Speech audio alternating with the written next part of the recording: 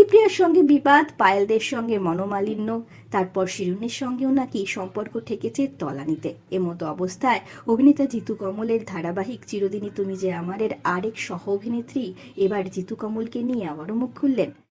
আপনাদের সবাইকে স্বাগত সিনে গসিপে।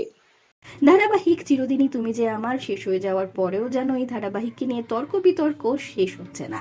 এই ধারাবাহিকে আমরা প্রথমে দেখেছিলাম অভিনেতা জিতু কমলের বিপরীতে অভিনেত্রী দিতিপ্রিয়া রয়কে অভিনয় করতে।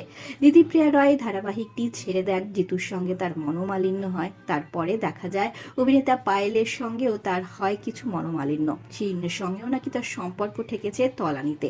এমতো অবস্থায় অভিনেতা জিতু কমলের দুর্ব্যবহার ও দম্ভ নিয়ে যখন এত জল্পনা, তখন সমস্ত জল্পনায় জল ঢেলে দিলেন তার আরেক সহ অভিনেত্রী, পর্দার মানুষী অর্থাৎ অভিনেত্রী দীর্ঘই।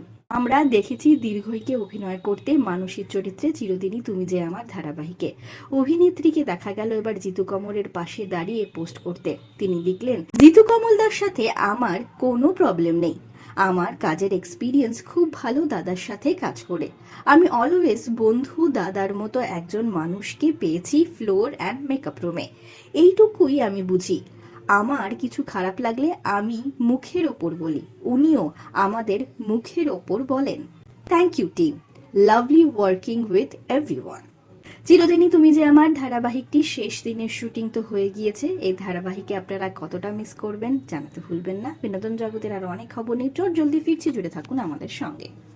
Thank you very much, thank you bye. আবার দেখা হবে অন্য কোনো জায়গায়। So wrap up, by.